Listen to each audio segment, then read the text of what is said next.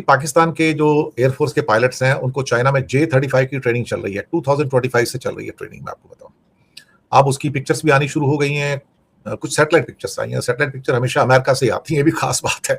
वहीं से पिक्चर मिलती है सारी की सारी। तो उन्होंने कई पिक्चर के द्वारा पूरा खुलासा किया और कई और एविडेंस जुटाए। तो उनका कहना था कि पूरा का पूरा बहुत बड़ी संख्या में जो पायलट्स हैं वो वहां पर इस टाइम J-35 की जो स्टेल्थ फाइटर 5th जनरेशन का उसकी ट्रेनिंग ले रहे हैं। और इस हिसाब से शायद इस साल के एंड में हो सकता है कि उनको एक स्क्वाड्रन मिल जाए, या फिर अगले साल की शुरुआत में ही उनको एक स्क्वाड्रन जो है J-35 का मिल जाए।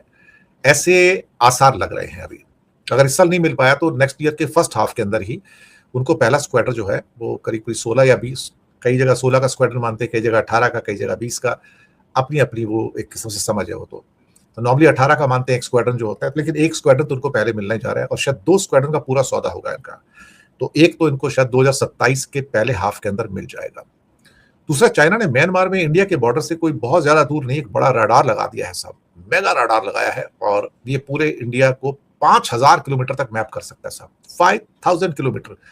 इसका मतलब है कि म्यांमार की जिस जगह पे ये है, तो ये तो फिर इंडिया के कश्मीर से लेके और गुजरात तक और नीचे चेन्नई और तिरुवनंतपुरम यानी कि केरला, अंडमान निकोबार, ये तो पूरा का पूरा ही इंडिया को मैप कर देगा। 5000 किलोमीटर की मैपिंग तो बहुत ज्यादा है, जिसमें मिसाइल को भी ट्रैक करने की क्षमता है।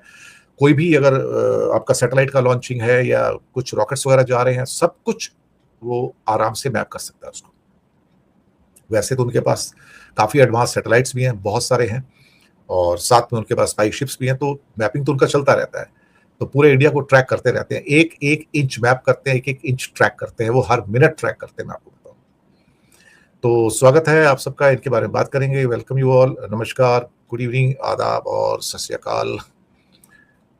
अब कौन कौन जुड़ा है भाई आज हमारे साथ? सिराज अंसारी हैं, बबलुआ, डायमंड फ्रूट, शरद शर्मा, आस्क्यू, इफ्तिखार कलीम, असलम लावारे, नीरज अग्रवाल, संजीव कपूर, धर्म सिंह, जावेद चौधरी, इनामुल हक, गुलाम नबी सेठवाला, अभिजीत कदम, जय पेडनेकर, ओके, शक्ति, शाकिर हुसैन, अजीत सिंह, वेरी किट, Bobby Ali, Gagan Khadka, okay, Ravi Ranjan, Lala Chhipa, Mohammad Ali, Chandrashekhar Sahu, Sharad Sharma, Mohsin Akhtar, fighter, okay, Sherbaz Singh Dhillon, फिर शरद शर्मा, मोहम्मद शमशाद अली, प्रीत सिंह, ओके, ये Gurinder Pal Brar, okay, SK Alpha, Abdul Aziz, अब मोहसिन अख्तर, चौधरी साबू, एसके अल्फा, साथ में केतन मल्होत्रा साहब हैं, इनसाइट, और साथ में और कौन है, गुरपाल सिंह और एस एस टिकवार, और लास्ट में मोहम्मद आजिम। चलिए ठीक है, तो चलिए पहले पाकिस्तान के J-35 की बात भी कर लेते हैं, जो उनकी ट्रेनिंग हो रही है, और ये पिछले साल से ही हो रहा है। और ये 36 से 40 J-35 AE जो एक्सपोर्ट वेरिएंट है वो उनको देने जा रहा है। वैसे J-35 एयरक्राफ्ट कैरियर का जो वर्जन है वो भी उनके पास है, और वो अपना जो फुजियान उनका जो एयरक्राफ्ट कैरियर उसके ऊपर उन्होंने उसको डिप्लॉय किया। जो बाकी 2-3 है उनके ऊपर भी डिप्लॉय किया, उनको बनाया उन्हीं के लिए गया था वो। तो पाकिस्तान के पायलट्स का और जो टेक्निकल जो स्टाफ है उनका, क्योंकि ग्राउंड स्टाफ भी तो होता है ना, तो वो दरअसल वहां पर PLA की जो एयरफोर्स है उसके जो ट्रेनिंग सेंटर्स हैं वहां पर उनको ट्रेनिंग मिल रही है। और ताकि जब तक इनको पहली खेप मिले 18 या 20 प्लेन की जो मिले, वो दरअसल उस पर पूरी तरह से माहिर हो जाए। जैसे कि मैंने बताया कि इनको पहली खेप दिसंबर 2026 इसी साल में, या 2027 का जो पहला हाफ है, जनवरी से लेके जून तक, उसके बीच में वो उनको मिल जाएगा, ऐसा अब लग रहा है। अब ये थोड़ा सा यहाँ पर एयरफोर्स का बैलेंस इंडिया और पाकिस्तान का यहाँ से बिगड़ जाएगा, क्योंकि इंडिया के पास 5th जनरेशन का एयरक्राफ्ट नहीं है। 4.5 जनरेशन के जो राफेल है वो इंडिया के पास हैं यहाँ पर।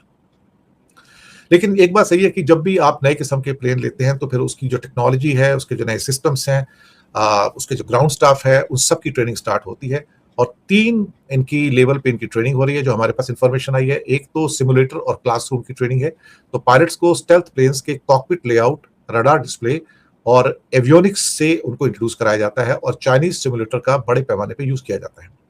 दूसरा, लो ऑब्जर्वेबल ऑपरेशन है, स्टेल्थ ऑपरेशन। तो पायलट को सिखाया जाता है कि रडार की नजरों से बचते हुए मिशन को कैसे प्लान करना है और एग्जीक्यूट करना है। और तीसरा होता है मेंटेनेंस एंड कोटिंग, यानी कि J-35 की जो कोटिंग है उसके ऊपर, जिससे वो रडार को पकड़ता नहीं है, वो बहुत नाजुक होती है, तो उसको एक स्पेशल किस्म के हैंगर्स होते हैं और वहां पे उनको बहुत सेफली रखा जाता है कि ताकि उनकी कोटिंग उसके ऊपर से उतर ना जाए। अब यहाँ पर सुना है, यहाँ पर एक इंफॉर्मेशन ये भी आ रही है कि चाइनीज ट्रेनर्स की देखरेख में पाकिस्तान पायलट्स को चाइना के अलावा गिलगिट और बाल्टिस्तान जैसे स्ट्रेटेजिक एरियाज में भी सिस्टम्स फेमिलराइजेशन से जुड़े कुछ अभ्यास या एक्सरसाइज करवाई गई हैं। ये भी एक इंफॉर्मेशन हमारे पास इस टाइम आई है कि जो पाकिस्तान का जो गिलगिट बाल्टिस्तान का एरिया है कश्मीर का, वहां भी कुछ एक्सरसाइज वहां पर करवाई गई हैं। J-35 एक 2 इंजन का एयरक्राफ्ट है, सिंगल सीट भी है और 5th जनरेशन का स्टेल्थ फाइटर है। 2200 किलोमीटर की इसकी स्पीड है, यानी कि 1.8 मैक है। 1200 से 2000 किलोमीटर की रेंज है इसकी और advance active electronically scanned array इसके पास है, AES से कहते हैं। और PL-17 की जो लॉन्ग डिस्टेंस की मिसाइल्स हैं वो इसमें इक्विप की जा सकती हैं। रडार पर पकड़ पाना इसको बड़ा मुश्किल है क्योंकि ये स्टेल्थ एयरक्राफ्ट है।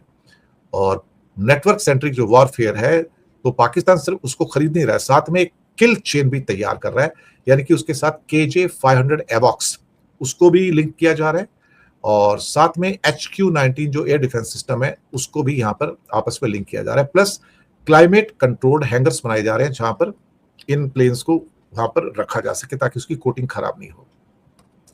भारत के लिए चिंताएं इसलिए हैं कि भारत के पास 5th जनरेशन का एयरक्राफ्ट ही नहीं है। राफेल है, वो भी 4.5 का है। तो पाकिस्तान को अगर भी इस साल के एंड में, यानी कि 7-8 महीने में तो मिल ही जाएगा, तो कुछ समय के लिए जो टेक्नोलॉजिकल जो बढ़त है वो पाकिस्तान के पास आ जाएगी। और फिर इंडियन एयरफोर्स को ईस्टर्न मोर्चे पर चाइना के J-20 तो बहुत सारे J-20 superior aircraft to J-35, ये मैं पहले बता दूं। और J-20 सेल के लिए नहीं है उसमें, और J-35 2 उनके पास रहेंगे, तो एक साथ 2 स्टेल्थ का सामना करना पड़ेगा। इंडिया का अपना जो स्टेल्थ फाइटर एमका जो है वो तो साहब 2035 से पहले आने वाला नहीं है, यानी कि 10 साल तो और पक्का लगा लो, उससे पहले तो हासिल होने के दूर दूर तक मुझे कोई चांस नजर नहीं आते हैं। तेजस ही नहीं बन पा रहा है इनसे। पीछे 2-3 सालों में 3 तेजस तो इनके क्रैश हो चुके हैं, दुबई में क्रैश हो चुका है, इसके अलावा राजस्थान में एक क्रैश हुआ था। ये 2 तो बहुत बुरे क्रैश थे और जिसकी वजह से काफी हद तक रेपुटेशन को भी डेंट लगा था। इसमें तो कोई शक वाली बात ही नहीं है। एक खबर और भी है, वो भी बुरी खबर है कि चाइना ने म्यांमार के अंदर इंडिया को मैप करने के लिए एक बहुत बड़ा रडार लगा दिया LPAR। उसका जो यूनान जो प्रोविंस है खासतौर से म्यांमार का, वहां पर ये LPAR रडार एक्टिव हो गया। 5000 किलोमीटर की रेंज है भाई, 5000। ये सारी की सारी मिसाइल टेस्टिंग जो है ये उसको ट्रैक कर सकता है बहुत आराम से। और ये चाइना ने म्यांमार के बॉर्डर से लगे यूनान जो प्रोविंस है उसके साथ ये large faced array radar LPAR, large faced array radar कहा जाता है। इसकी रेंज 5000 किलोमीटर से ज्यादा है।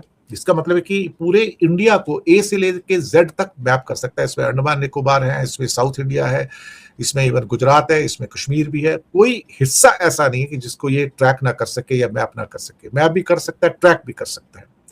चाइना पिछले कुछ सालों से अपनी जो मॉनिटरिंग जो सिस्टम्स है उसको मजबूत कर रहा है और ये म्यांमार के लगाया गया LPAR रडार जो बहुत अहम माना जा सकता है। ये रडार बहुत दूर से बैलिस्टिक मिसाइल को लॉन्च होते ही उस पर उसको ट्रैक कर लेगा और बता देगा कि ये इस टाइम कहां पर, इसकी ट्रैजेक्टरी कहां पर है। तो इसका मतलब है कि वो इंडिया के जो ईस्टर्न हिस्से हैं, बे ऑफ बंगाल है, इंडियन ओशन है, इवन अरेबियन सी के ऊपर भी जो कि वेस्टर्न इंडिया का हिस्सा है, वो उसको भी ट्रैक कर लेगा। इसका मतलब है कि जो इंडिया के जो मिसाइल टेस्ट होते हैं या फिर उसके अलावा जो हमारे रॉकेट्स जाते हैं वो उड़ाने जाती हैं, सैटेलाइट्स को लॉन्च किया जाता है, उसको भी ट्रैक करेगा। एक किस्म से चाइना का जो हमारा मैपिंग है और ट्रैकिंग जो है वो काफी एडवांस हो गया है। अदरवाइज भी उसके 2 स्पाई शिप्स जो हैं परमानेंटली बे ऑफ बंगाल में आपको मिलेंगे। एक शिप आपको मालदीव्स के आसपास मिलेगा, एक शिप आपको हमनटोटा के नीचे और मॉरिशस के बीच में मिलेगा। तो 4 शिप तो परमानेंटली यहाँ पे रहते ही रहते हैं। ये तो मैंने इसके बारे में कई बार खबर दी है। और उसके पास रेंज ऑफ ये स्पाई शिप्स हैं। 2-3 शिप्स उनके साउथ चाइना सी में रहते हैं या ईस्ट चाइना सी में रहते हैं। इंडियन जो पैसिफिक ओशन है वहां इनके शिप्स रहते हैं।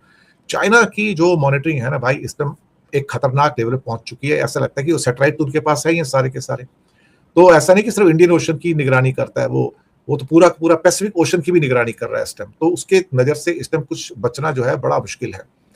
अब इंडियन ओशन में इंडियन नेवी की मजबूत मौजूदगी है, लेकिन चाइना के इस टाइप के जो रडार सिस्टम्स हैं इससे उनकी जो पावर है, जो एक किस्म से उनकी प्रोसेस करने की जो पावर है वो बढ़ जाती है। और जो डिफेंस के एनालिस्ट है वो मानते हैं कि इंडिया को अपनी एंटी सर्विलेंस टेक्नोलॉजी और जो डिफेंस प्रिपरेशन है उसको और ज्यादा मजबूत करने की जरूरत है। चाइना के पास पहले से इस किस्म के रडार सिस्टम जो है शिनजियांग और कोरला में ऐसे ऑलरेडी मौजूद है और वो भी इंडिया को पूरी तरह से ए से लेके जेड तक वो ट्रैक कर रहे हैं। तो इसमें तो मुझे कोई क्या कहते हैं शक नजर आता ही नहीं है कि चाइना की जो मॉनिटरिंग है वो अपने आप में एक बहुत बड़े लेवल पर इस समय चल रही है। भारत को मुझे लगता है कि उसको तैयारी तो करनी चाहिए, इसमें तो शक वाली बात नहीं है।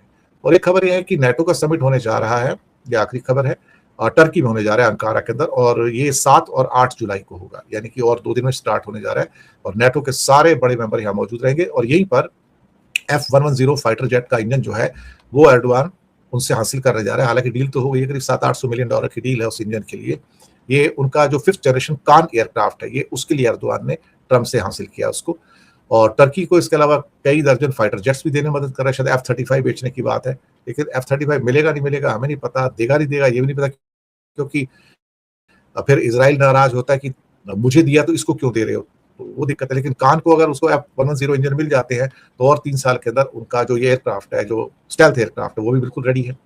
यहाँ पे ये भी कहना जरूरी होगा कि जैसे मैंने कहा कि पाकिस्तान को J-35 मिलने जा रहे हैं, तो मैं आपको बताऊं कि ये मिलने जा रहे हैं, क्या कहते हैं कि ये अपना कान एयरक्राफ्ट भी मिलने जा रहे हैं। तो वो टर्की ने एश्योरेंस दी हुई है कि जैसे ये तैयार हो जाएगा उसका जो एक्सपोर्ट वर्जन होगा वो मैं आपको दूंगा। So there might be a possibility in 3 years' time you will find that Pakistan will be having approximately 2 stealth aircraft, one J-35 of China and Khan from the Turkey.